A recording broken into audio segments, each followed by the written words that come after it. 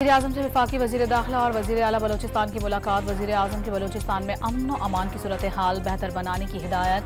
दहशतगर्दों की निशानदही करके भरपूर कार्रवाई का हुक्म। सदर मुमलिकत की भी सूबे में सिक्योरिटी सूरत हाल बेहतर बनाने की हिदायत।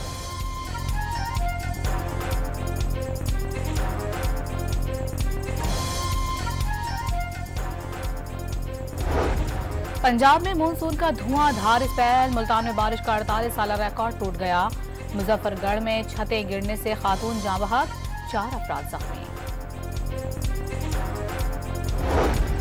कराची के मुख्तलिफ इलाकों में कहीं हल्की कहीं तेज बारिश। हैदराबाद, मीरपुर खास, बदीन समेत सिंध के दीगर शहरों में बारिश का स्पेल जारी।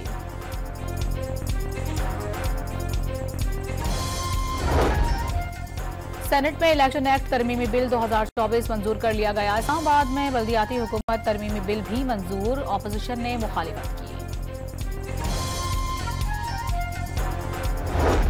वज़ीर दिफा ख्वाजा आसिफ ने जेल को बानी पीटीआई के लिए सबसे महफूज जगह करार दे दिया। वो जेल में ज्यादा महफूज हैं। लाइव विद आदिल शाहजेब में वज़ीर दिफा की बानी को तसल्ली। बानी पीटीआई के एस्टैब्लिशमेंट से किसी किस्म का कोई राबता नहीं हुआ। बानी से मुलाकात की इजाजत न मिलने की वजह से बयानात में कंफ्यूजन फैलती है। रहनुमा पीटीआई अली जफर की लाइव विद आदिल शाहजेब में गुफ्तगू।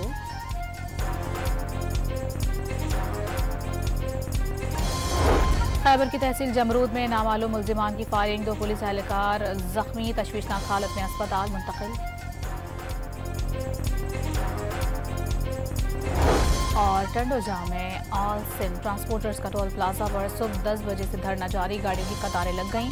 मुजाहिरीन का जाये टोल लेने का इल्जाम।